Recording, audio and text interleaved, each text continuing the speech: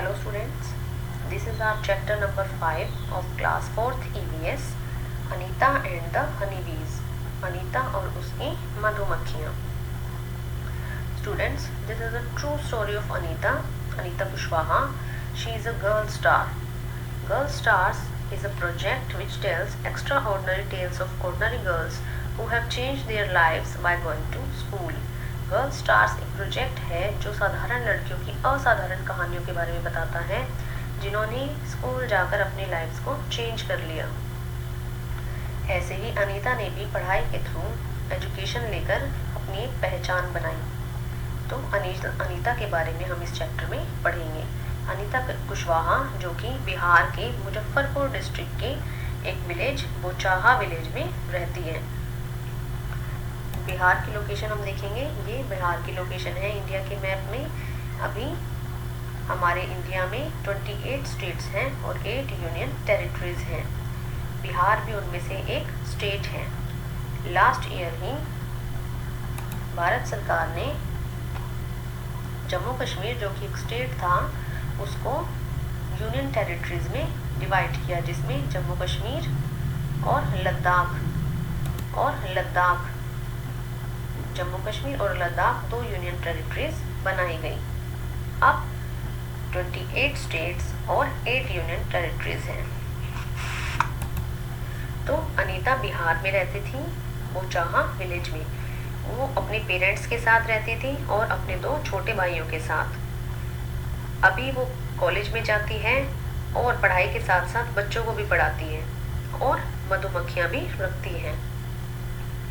अब अपनी जर्नी के बारे में बता रही है अनीता कि कैसे उसने अपनी ये जर्नी अब तक की तय की। अनीता के लिए ये सब कुछ बिल्कुल भी इजी नहीं था। जब वो यंग थी, जब वो छोटी थी, तो उसका सारा टाइम बकरियों को भोजन चराने में जाता था। वो स्कूल जाना चाहती थी, लेकिन उसके पेरेंट्स लड़कियों का स्कूल जाना पसंद नहीं करते थे। एक दिन, a dream of school. One day I peeped into the school in our village. एक दिन अनीता जो उनके गांव में जो स्कूल था उसमें झांक रही थी। वो दूर नहीं रह सकी, वो चुपचाप चली गई और वहाँ बच्चों के पीछे जाकर बैठ गई। उसे बहुत अच्छा लगा। उसके बाद वह घर गई और उसने करेज, साहस दिखाया अपने पेरेंट्स से बात करने का कि वो स्कूल जाना चाहती है। लेकिन उसके पेरेंट्स ने क्लियरली उसे बोल दिया कि वो ऐसा नहीं कर सकती। उस दिन अनीता बहुत रोई। फिर जो एक टीचर था उसी गांव का, उसने उसके पेरेंट्स को बताया कि स्कूल जाना और पढ़ना कितना इम्पोर्टेंट है।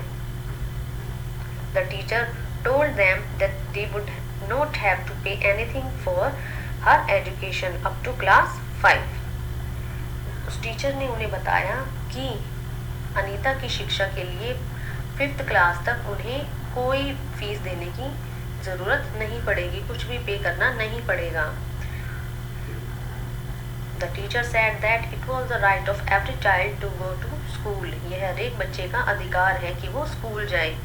भारत सरकार ने हमारे संविधान में ये एक राइट बनाया गया है, राइट टू एजुकेशन, जिसमें बच्चों को 8वीं तक फ्री एजुकेशन प्रोवाइड की जाती है। तो ये बात सुनकर उसके पेरेंट्स एग्रीड हो गए, मान गए। तो अनीता ने स्कूल जाना शुरू कर दिया। अनीता को अच्छे मार्क्स नहीं मिले, लेकिन वो हमेशा क्वेश्चंस पूछती रहती थी टीचर्स से, अपनी क्वेरीज को सोल्व करती रहती थी। Find out how much money do you spend in 1 year for various school related things. ये थिंग्स दी गई हैं और कितनी मनी उस पर स्पेंड होती है इन अ ईयर। तो वो आप यहाँ पर लिखेंगे और एक अनुमान लगाएंगे कि कितनी जो मनी है वो स्पेंड हो जाती है एक साल में शिक्षा पर।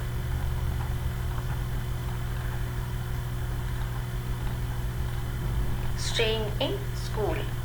Time passed and soon I completed class 5th। अब टाइम चला गया और जल्दी ही उसने क्लास 5th तक एजुकेशन प्राप्त कर ली। अब उसे पता था we would need to spend more in class 5th, 6th.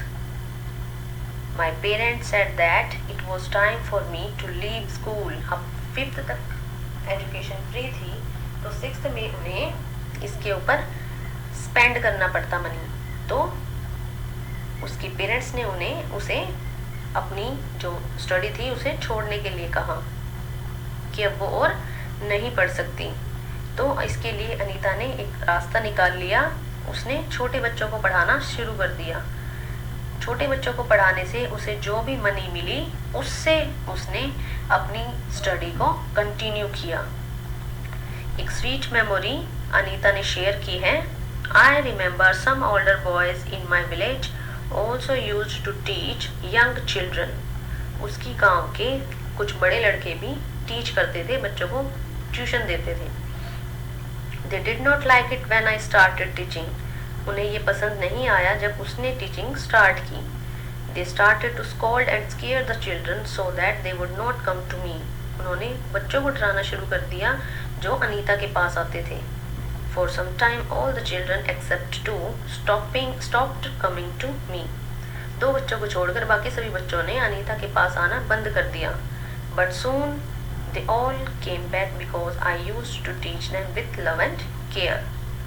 लेकिन कुछ समय के बाद सभी ने वापस आना शुरू कर दिया क्योंकि अनीता उन्हें लव और केयर के साथ पढ़ाती थी और बच्चों को उसका पढ़ाना बहुत अच्छा लगता था। Started talking to other parents in the village about sending their daughters to school. Anita ने विलेज में बाकी पेरेंट्स से भी बात करना स्टार्ट किया कि वो भी अपनी लड़कियों को, अपनी बच्चियों को स्कूल में भेजें। उसके पेरेंट्स ने भी उसकी हेल्प की इस काम में। उसकी मदर घर का काम करने में हेल्प करती थी ताकि उसे और टाइम मिल सके पढ़ाई करने का। From school to beekeeping, there are many litchi trees in our area. उस एरिया में लीची के ट्री बहुत ज़्यादा होते हैं। Honey bees are attracted to the लीची फ्लावर्स।